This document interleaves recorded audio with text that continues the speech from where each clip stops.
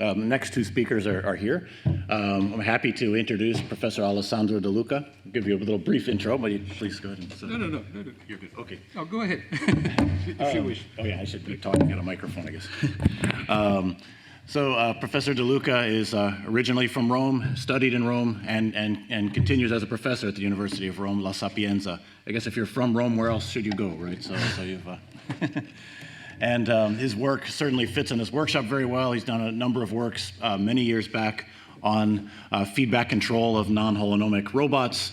He has a strong control theoretic-oriented approach to robotics and has done many, many works. In recent years, he's become more interested in human-robot interaction, particularly in making robots safe for humans, and maybe keeping the robots safe too. Would that be fair? Why not? Why not? I also want to mention that I very much appreciate his deep amount of service that he does to the community as well. So he seems very active in whether it's conference organizations, editor-in-chief of the Transactions on Robotics, and many, many panels. So he does a huge amount of work. I don't know how he fits it all in addition to his research work. So that's well appreciated. So thank you. Take over. Thank you very much, Steve. Thank you for inviting me here. I'm wearing a tie, and I was expected to do so. I see that Jean-Paul was doing the same in very important occasion, like it's this for me. So I will talk about a topic which is not really related to what Jean-Paul was doing, except for some news that I discovered just preparing this presentation. So you have seen this before. Let me just add this, that these workshops and this meeting were taking place in Rome. And Jean-Paul has spent a lot of time in Rome. And he promised me that he would come every year to Rome. So unfortunately, this is not longer possible. But this is new. In fact, in one of his longer periods, he spent a sabbatical in 2011 in my department. And he gave a lecture, which is nothing else than the pre-release of his opening lecture at the Collège de France. So we were so lucky to have this in preview. And you see here Jean-Paul with Marilena Venditelli, one of the people that has worked with him and written a paper. I haven't written a paper with Jean-Paul ever. And probably one reason was that I was very critical on the name of his group. Geppetto, because I said Geppetto is there's a typo in your group, because Geppetto is written with 2 P and 2 T. So I don't know. I'm joking, indeed. So let me move to the point. So I will talk about physical human-robot interaction, and my background is in control. So I've heard this morning that you can handle robotics from the optimal control point of view or from the learning point of view. I'm in between, in a sense. I'm not doing optimal control. I'm doing feedback control, and I'm using feedback control in order to let the robot behave as we desired according to some models. So in this context of physical human-robot interaction, there are several problems here. Here is a kind of a chain. We should be safe, and in order to be safe, we should be able to detect collision and react to collision as soon as possible, and also locate or isolate where the collision happened, and possibly without the using of sensor or extra sensor, external sensor, or even extra joint or sensor. If you have it, you can use it.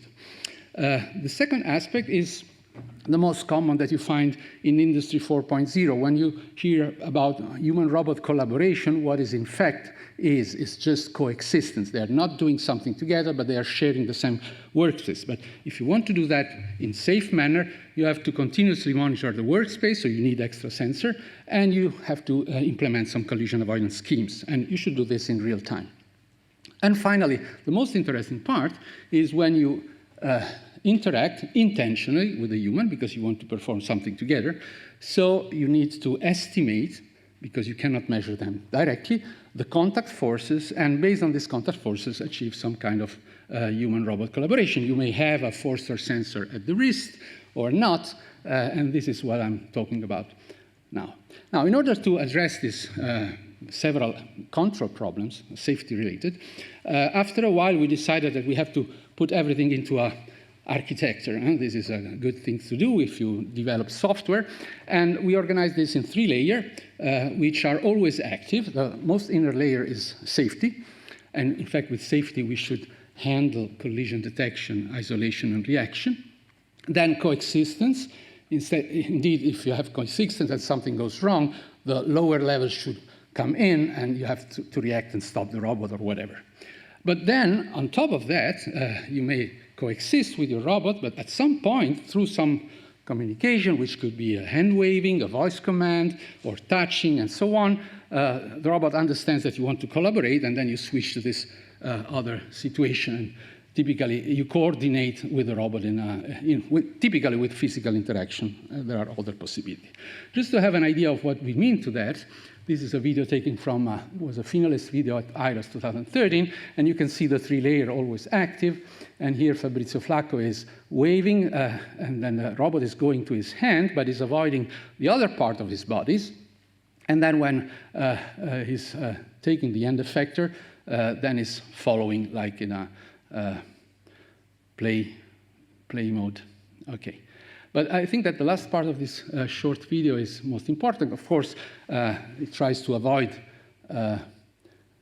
other obstacles. And now, I mean, he tried to bring the robot against his other arm. And the robot becomes stiffer and stiffer because, I mean, coexistence is more important than collaboration, and in case, safety would be more important than coexistence. So this is the kind of things that we have organized our software with. Now, I said that this is not things that Jean-Paul was working on, but then I discovered this paper by, together with Eishi, it's okay, where he it's a short conference paper, where he was estimating through a disturbance observer external forces acting on a humanoid. And the model is relatively simple, just mass at the center of mass of the system, acceleration, all the possible forces that are measured at the feet, the external forces Fe, the gravity effect, and then you can estimate the external force Fe by just turning around this equation. So this is not what we have done, because our method doesn't use acceleration, doesn't use it for more multi-body system inversion of the inertia matrix, and is quite efficient in a sense. So we developed what we have called residuals. This is a terminology coming from fault detection literature. And we have a scalar residual, which is energy-based, so monitoring the total energy of the system, and another vector residual, which is momentum-based, so it's monitoring the total momentum, generalized momentum of the system, so the product of the inertia matrix times the velocity. And in fact, you're doing normal operation. When one of these residual grows over a threshold, then you recognize the collision. If not, you continue monitoring things, and then you have a reaction strategy.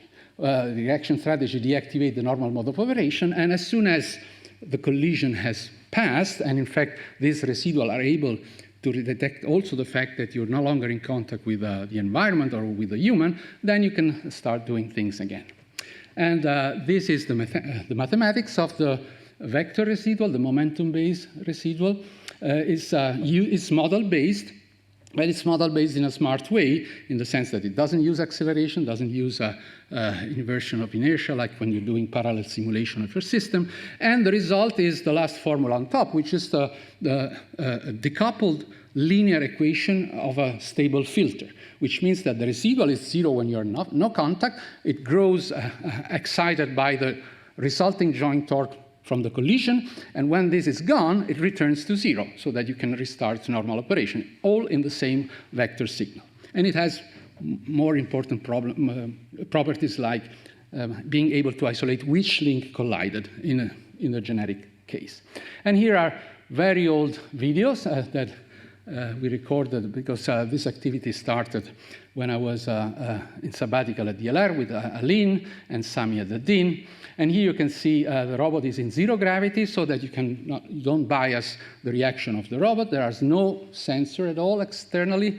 There are joint torque sensors in this robot, but in fact you can implement, the idea that I had was without joint torque sensor. If you have it, you can use it. Otherwise, you can design the residual in the same way without this information. And you have that different type of reaction. I like very much the reflex torque, which does nothing else than amplify the torque applied through the actuators at the joints proportionally to the amount of the residual vector. Okay, the larger is the residual vector, the more is this torque pushing you away. It's like the reflex action when you're hitting something while you're moving with your hand.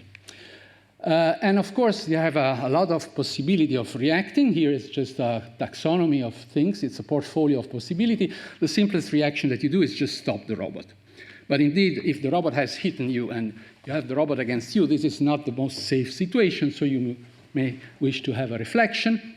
Or you can also try to preserve what was the original task that the robot was doing. Remember that the robot is doing its own task and the human is sharing and doing something in between.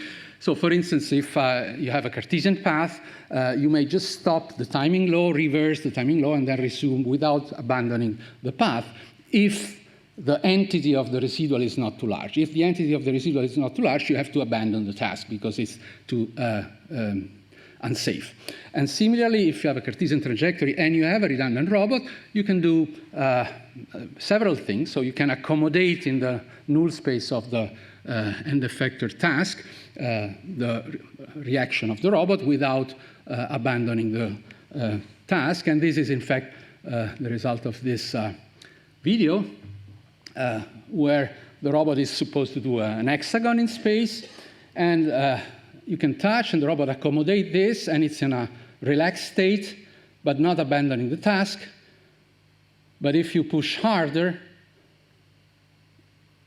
the robot aborts the task and then recover to the point where you abandon the task and so on. So you can really shape the behavior using always this residual function.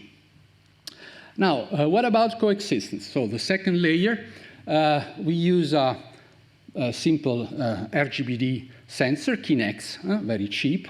And we were able to perform the computation of distances between robot control point, the green point that you see on the left, on the depth video, with any object in the environment, so the human body or object or environment, static or dynamic.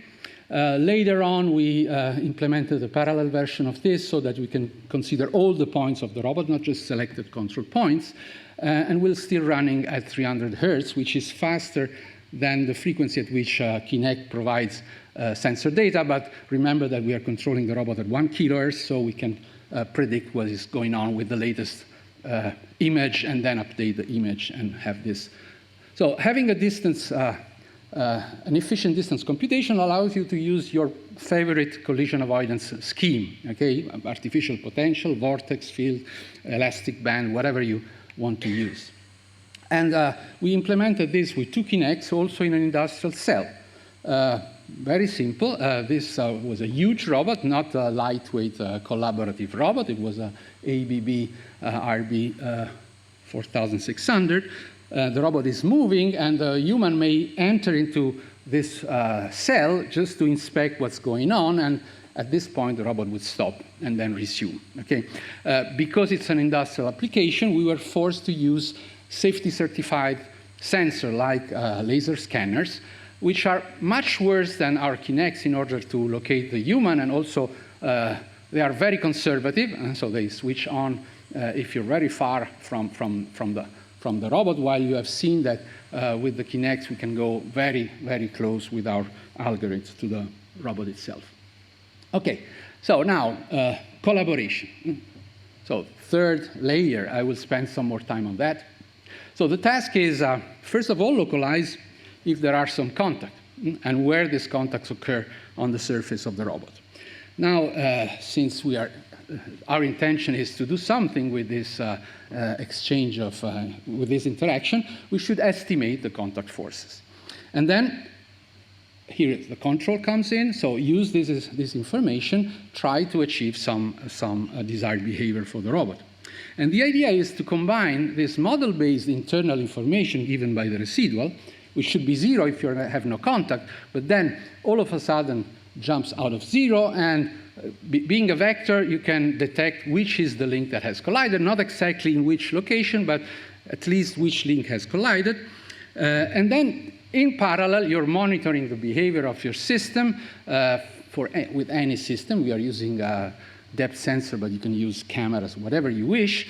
And then we recognize when the residual goes up, where is the closest point? And then we take this point as the contact point. We compute the contact Jacobian, so the quantity that allows us to relate joint velocity with velocity, linear and angular velocity of a frame placed in this contact point, and vice versa to transfer these physical forces into joint torques.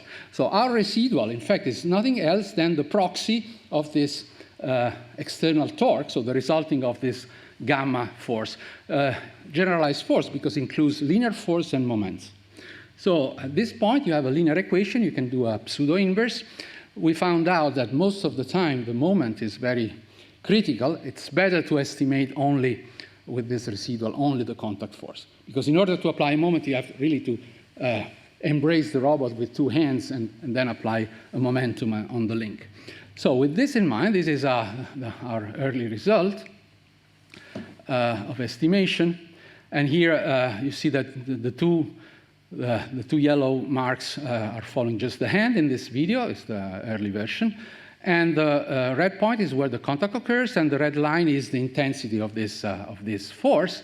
And you can see that there's also classification, contact on link 6, contact on link 2. When you have multiple contact, we don't estimate the contact force because we have not enough information. We do this just when you're touching the robot in one point. And you can touch the robot in any point, okay, essentially.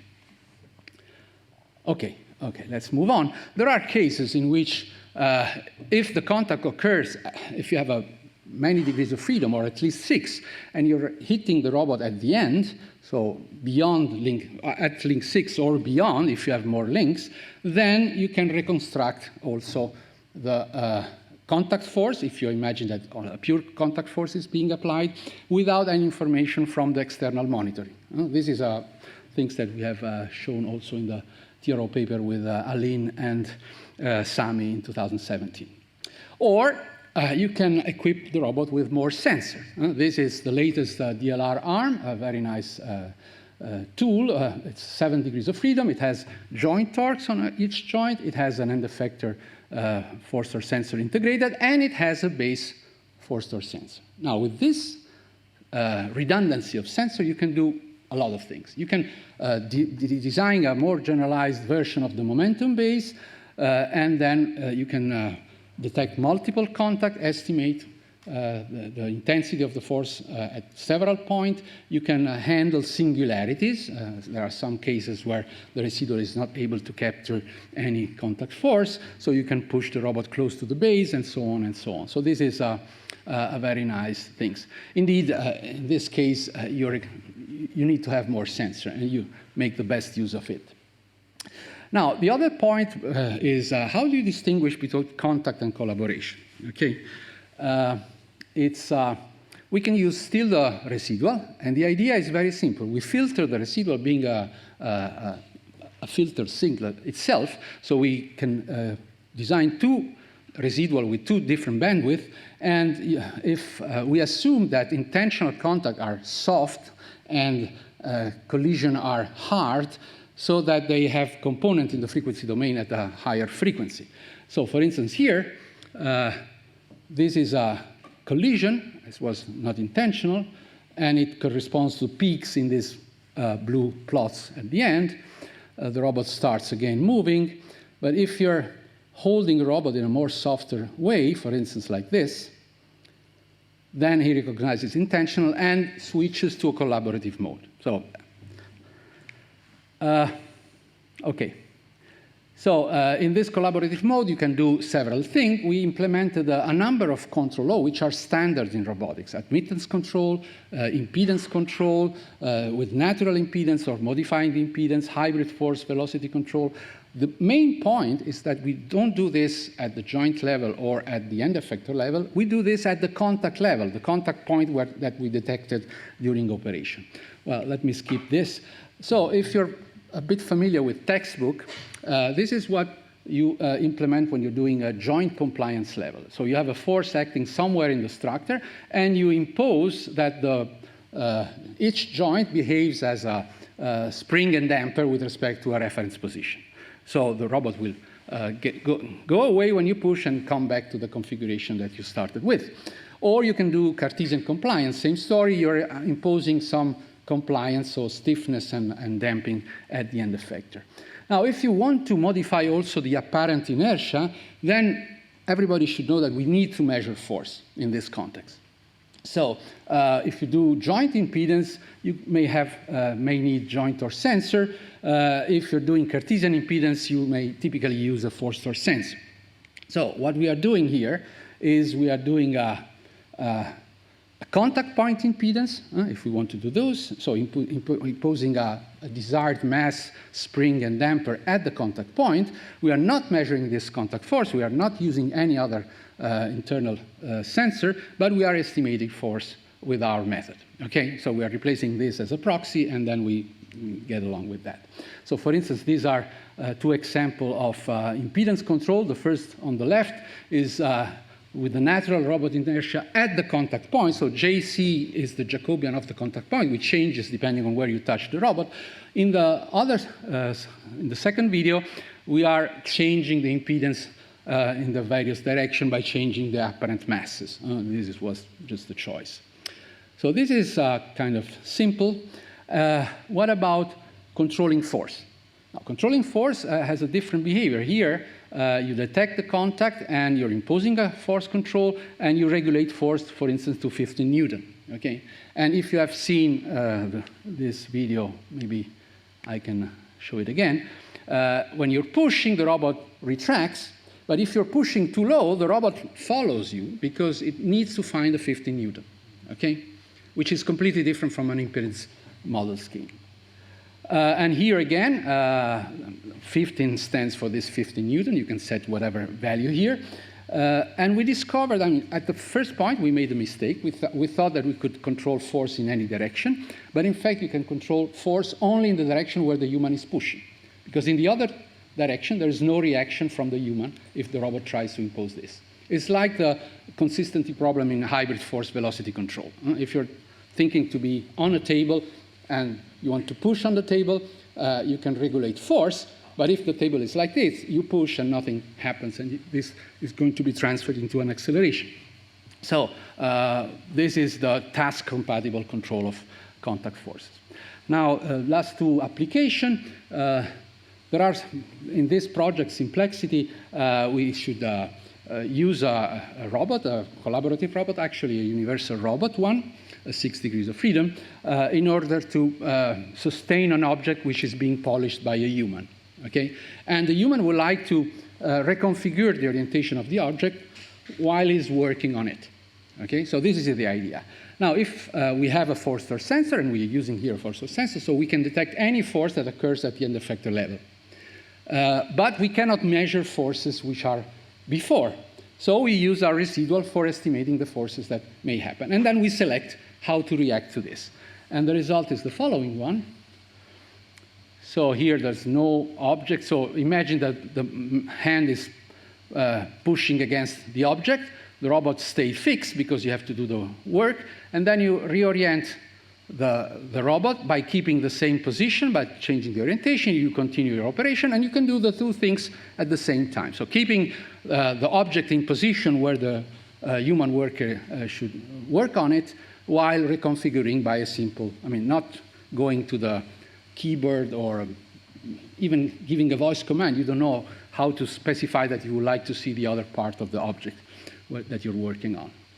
And this is what happened. You see the end effector force measurement and the residual, and the joint position and the end effector position. So in this case, when it feels only a polishing force, so the residual is 0 because there's no contact on the body, and then you're keeping everything in place. So the robot doesn't move. It has some compliance, but this is mechanically or probably control dependent. Here instead, there's no measurement coming from the force torque sensor because you're pushing the robot before, so the residual get excited, and you get a motion in the joint space in reaction to that. And here you have both. So you're pushing on the end effector, you're pushing on the structure, and you're moving, but only the extra body contact force is driving the motion. Okay? In all cases, you keep the end effector still. And this is the last application. Everything this is being done more or less with systems that are open, so that we can enter specifying torque or specifying velocity. We have a model, and so on. What happens if you have a closed control architecture like in typical industrial robot arms? This is the same arm that Katja has shown today. Moreover, you can access through this system only at the kinematic level, so you don't know which is the controller, the low-level controller. You have a cycle time of 12 milliseconds from one command to the other.